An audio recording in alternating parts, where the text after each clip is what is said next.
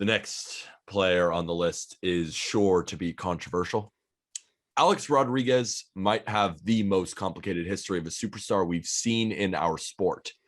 He signed the largest contract in sports at the time twice. He served the longest suspension given by the MLB for PED use and is now one of the more famous and polarizing figures in baseball media and seemingly has written a lot of the wrongs in his career.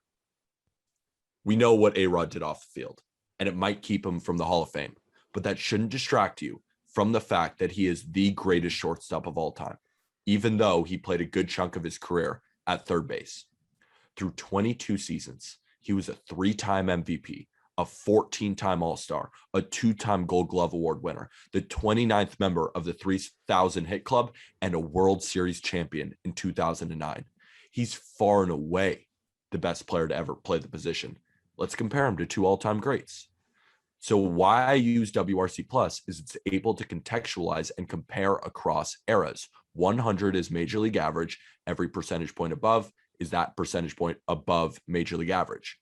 A-Rod had a career 141 WRC Plus and compiled 113.7 F-WAR.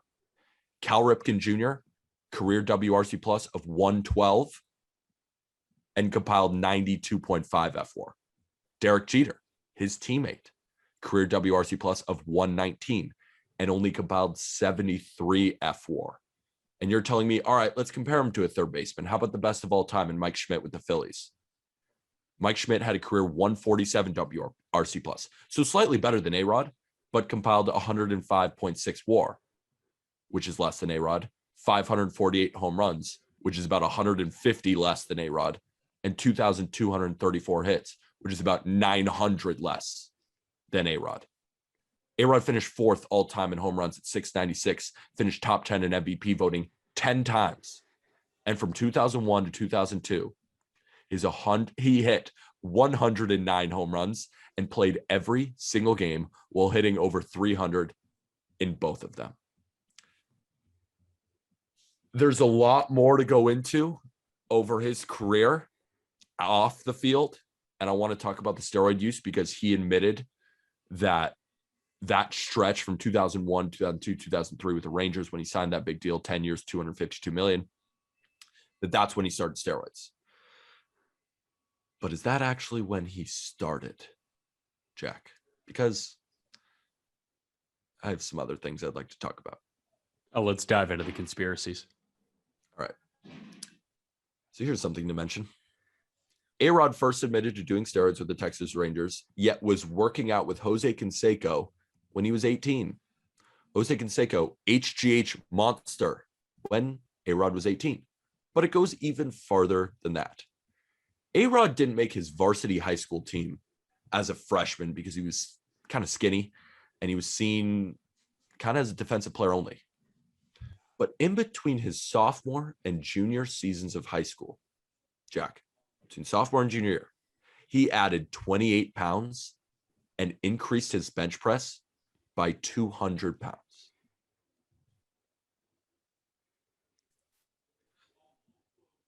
Has he been doing steroids his entire career? And this is also a guy who has sued MLB, sued the MLBPA, sued his own team doctor, has told on other players for steroids, has lied about taking steroids, has then admitted. The timeline, we aren't so sure.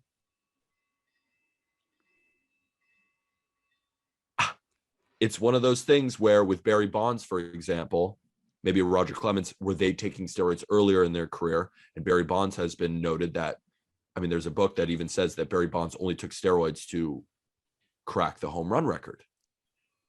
Was A-Rod taking steroids his entire career?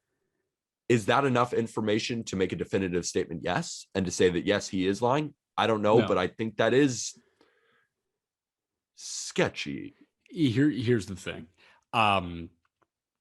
Not all of it was synthetic with him. There are 2 books you have to read to contextualize who Alex Rodriguez is.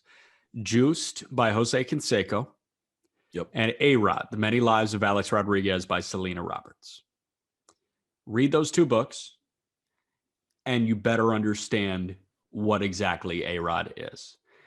And Alex Rodriguez possesses one of the best work ethics in baseball history. The way he got after it, the way he attacked his body, the way he viewed his body as a temple, there was no faking that, is second to none. This guy respected the shit out of his body. He fed it all the right things. He trained it in exactly the right ways, and he used steroids to his advantage. Alex Rodriguez cheated. I don't know exactly the window in which he was cheating. Texas, obviously he cheated. He'd admit to it. Those 2 years in Texas, I mean, he was cheating. 57 home runs, 52 home runs at 318, at 300. Like, he was crazy. Like, if you weren't even looking at the steroids, like, those 2 years, Jack, are insane. They're insane. He was crazy. But here's the thing, though. I think the beginning of his time in Seattle, where he was hitting in front of Griffey, and then with the Yankees, you can attribute a lot of that to how this guy attacked his body. Like, how this guy took care of himself and committed himself to being a world-class athlete. Alex Rodriguez, Hall of Fame or not, is one of the greatest players of all time because of his ability, because of his work ethic, and also maybe because of a needle or two in his ass. Now, that's the problem. That's when you get into the steroid issue. But Alex Rodriguez and his 162 game average here, let me just run through this right now. This is Baseball Reference consolidating him to an 162 game average. A-Rod /295, 380, 550. That's a 930 OPS and a 140 OPS plus. Dude averaged 40 bombs and 121 driven in and 19 stolen bases per year. And that's like with old years on the Yankees still factored into that. That's all of the years he's ever had, 22 of them combined into one season. If he put that up right now, he's winning the MVP every year, but he did it at this time of inflation where everybody was sticking needles in their ass. His career is kind of like what we expect from Fernando Tatis Jr. year in and year out. Yeah, shit. And it's funny, you mentioned, just talking about A-Rod the person again, you mentioned Ken Griffey, another one of his marquee teammates, Derek Jeter, both spoke out against him, didn't like him. And also to the point about your work ethic that I wanted to touch on too, there's this narrative with steroids that if you take steroids, it instantly makes you look like Mark McGwire. False. It's just not the case. Like, you have to put in hours and hours and hours and days and years of training in order for the steroids to work to make you a better baseball player. But the thing is with steroids that is not enough talked about, it's not just about the brute strength. It helps your vision. And to see the baseball is so important. Like, these guys mentioned laser focus. That's almost more important than the power itself. Yeah. If you think about it, seeing the baseball, and we've even mentioned, we talked about Josh Hamilton in day games and guys with blue eyes and how it really affects them. And you could see it through their splits.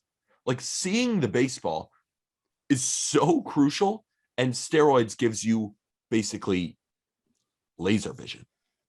It also, you think about how those guys ticked too, right? Like, there are days where I want to get up and I don't even want to go for a walk. I'm just like, I'm feeling lazy as shit today. I just kind of want to, bum around, wear my moccasins, shuffle. I mean, this guy was getting up and saying, I'm going to set a PR on bench today, like every day. Every day. Oh, I'm going to clean 350 pounds. Like, that's what these guys do. They're wired differently. And that's why you have to read Juiced by Jose Canseco. Just the first 15 pages. If you're not a book person, if you don't want to read the entire thing, the first 15 pages, Jose Canseco goes into how you can tailor steroid use to create your best version of yourself. You're not doing it to become this beefcake with Popeye forearms. You're doing it to finely tune your body. It's almost like giving your body premium gas. It's like giving your car premium gas. You're just going to get more mileage out of it. You're going to live a higher quality of life. You're going to be healthier if you use them to your advantage. And he breaks it down, the elements that are in your body, how human growth hormone and how other steroids interact with that. It can be really healthy for a lot of people. Problem is, it is cheating in Major League Baseball. And the problem, we're talking pretty positively about steroids right now. Like there are major health effects that will affect you down the line.